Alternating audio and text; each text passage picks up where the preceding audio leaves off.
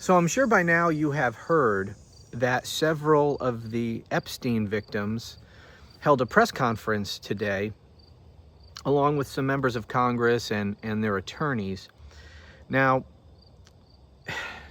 do you want me to tell you the truth, or do you want me to blow smoke up your ass? Actually, that's a rhetorical question. You don't get a say here. I'm going to tell you the truth as I see it. This is my personal opinion. So when I say the truth, I mean my truthful opinion. You could have a different opinion, which is perfectly fine. But I'm going to give you mine, whether you agree with it and whether you want to hear it or not. And you know, doing my channel and my commentary the way I do, sometimes I have days where I have to tell you things I don't want to have to tell you, because I know some people are going to get mad about it. But that's just kind of the way it is. If I'm going to give you my honest opinion, sometimes I'm going to piss some of you off. That's just the way it is. But I ask that you hear me out on this. Now, I'm not going to get into really what exactly was said during that press conference. I will just say this. I don't think that anything that was said is going to do anything to move the needle on this. They billed this as a press conference that was going to be, and I believe I'm quoting Ro Khanna here, he used the word explosive. I didn't hear anything in that news conference that was explosive. I really didn't hear anything new in this press conference. And because of that, I don't think it's going to move the needle here very much. Now, let's put this press conference in the broader context of this whole Epstein business. Now, why did they do this press conference? Now, this press conference was done because they were trying to pressure members of Congress to sign on to a discharge petition, which would, if they get enough members to sign on, and they really only need just a couple more Republicans, and maybe they'll get it. And if this press conference succeeds in pressuring some members of Congress to sign on to this and get it to pass, well then, you know, that's a good thing. So I'm not going to say that nothing good will have come out of this. I'm just saying I don't think it's going to move the needle very much.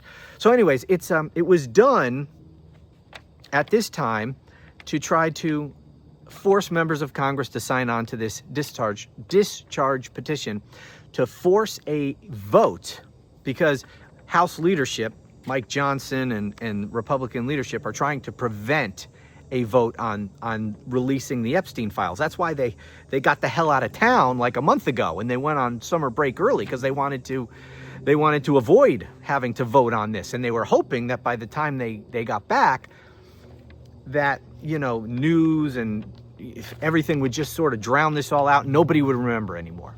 People would have just moved on. Nobody would care about the Epstein thing anymore. Well, he was wrong about that. Anyway, so that's the point of this, to pressure members of Congress, really Republican members, that's what we're talking about here, to sign on to the discharge petition. And maybe it's successful in that effort. But here's why it won't change the needle much. Because one, we didn't learn anything new. They said that this would be explosive. It wasn't. We didn't learn any new information. Nobody named any names or anything like that. So there's not going to be any new information that comes out of this that is explosive.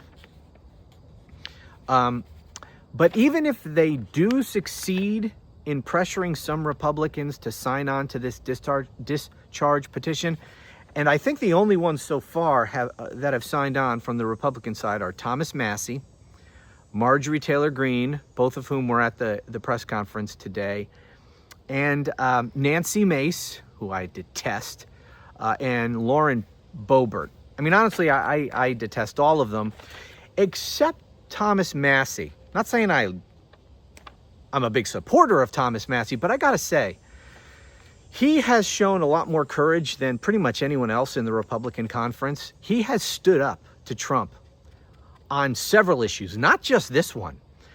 He stood up and opposed Donald Trump and spoke out forcefully against Donald Trump's unconstitutional, unilateral use of the military in bombing Iran. Remember, that wasn't all that long ago, but it seems like ancient history. He spoke out forcefully against Trump on that. He opposed the big, beautiful piece of shit bill. And there have been other things. And Thomas Massie is a congressman from Kentucky. That is Trump cult central, man. And he needs their votes to get nominated and get elected. And he's willing to stand up and oppose their cult leader. So, I here lately, I have a lot of newfound respect for Thomas Massie. The others, Lauren Boebert, Marjorie Taylor Greene, Nancy Mace, sorry, I can't find much good to say about them. But hey, they're at least doing the right thing here in signing on to this discharge petition and trying to force release of the Epstein files. So, that's the thing about politics.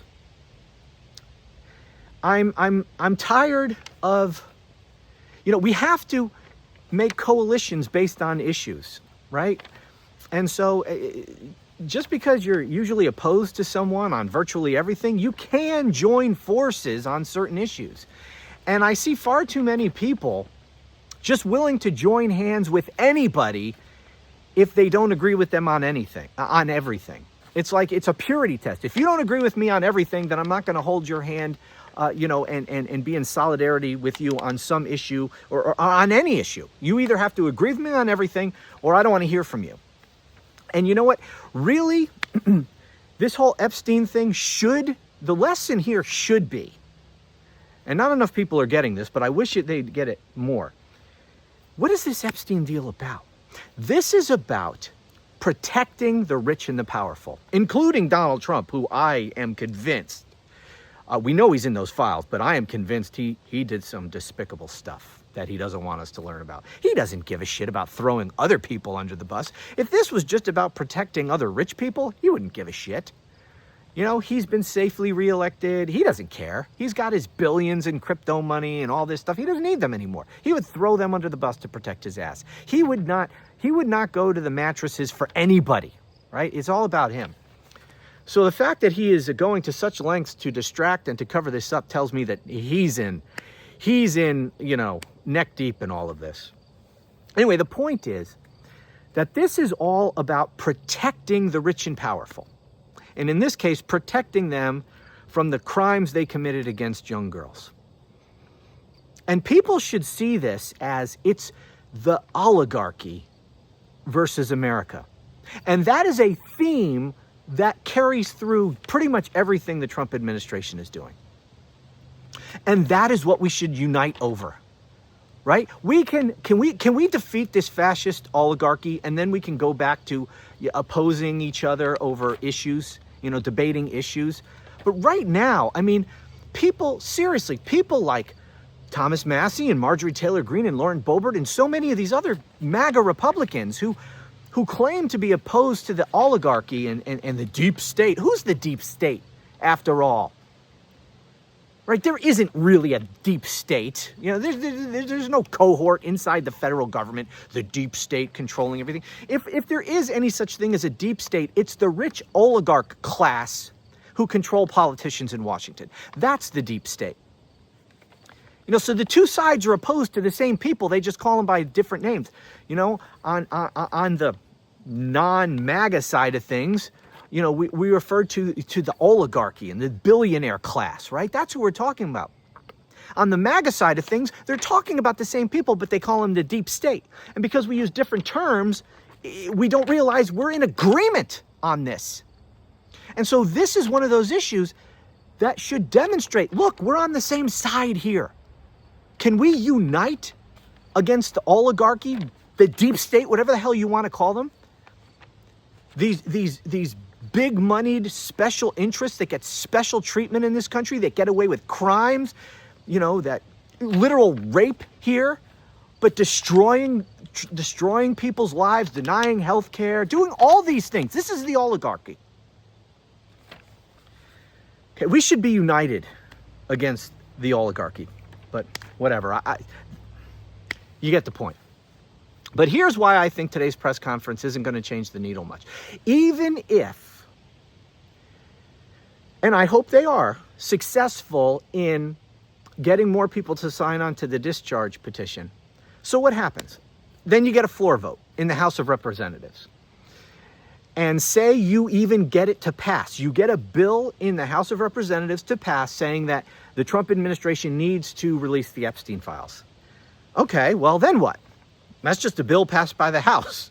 That also has to be passed by the Senate. And as far as I know, there's no bill in the Senate right now to even do that. But okay, say you get that. And then you get both houses of Congress to pass a bill saying that Trump needs to release all the Epstein files. Well, guess what? That's not enough either. Trump has to sign it. And he's not going to sign it. And there's not going to be enough vetoes and enough votes in Congress to override the president's veto.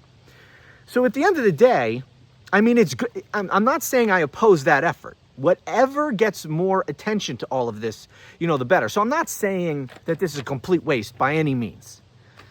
It's not.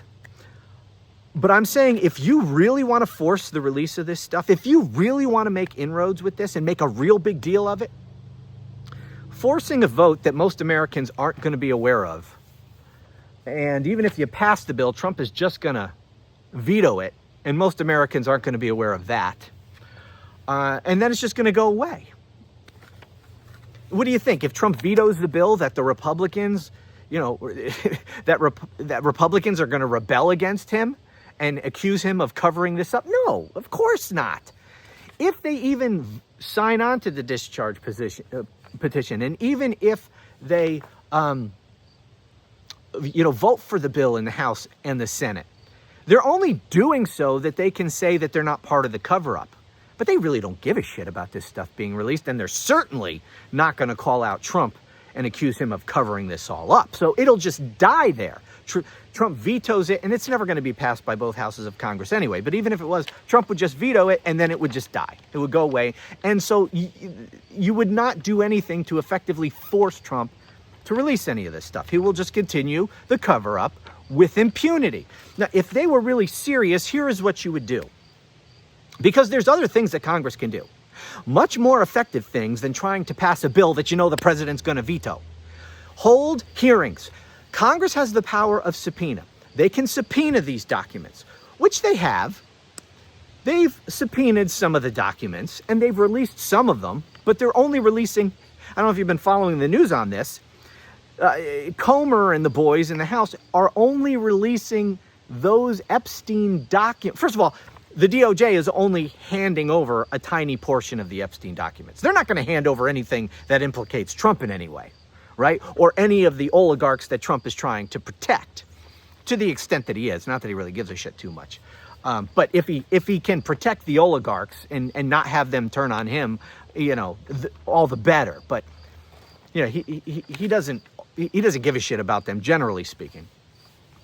So anyway, the DOJ is not turning everything over. They're only turning over selected documents that don't implicate Trump. And even among those, the House of Representatives is only releasing to the public, for the most part, those documents that already have been released to the public. So we're not getting any new information here. If they were serious in Congress about this, they would subpoena all the documents, and importantly, they would subpoena Pam Bondi, Kash Patel, Dan Bongino, and on and on and on. They would subpoena them to come testify before the House, and they would grill them and demand answers as to why they're covering up. Why haven't you handed over all this stuff? Ask them questions about Trump. What does the Epstein files say about Donald Trump? Exactly. And show us those documents, because you haven't produced them. So you told Trump that he's in the Epstein files. You produce, as part of this subpoena, those documents that so far you have not handed over that show Donald Trump in the Epstein files. We want to know what they are. And if you don't, we're going to hold you in contempt of Congress.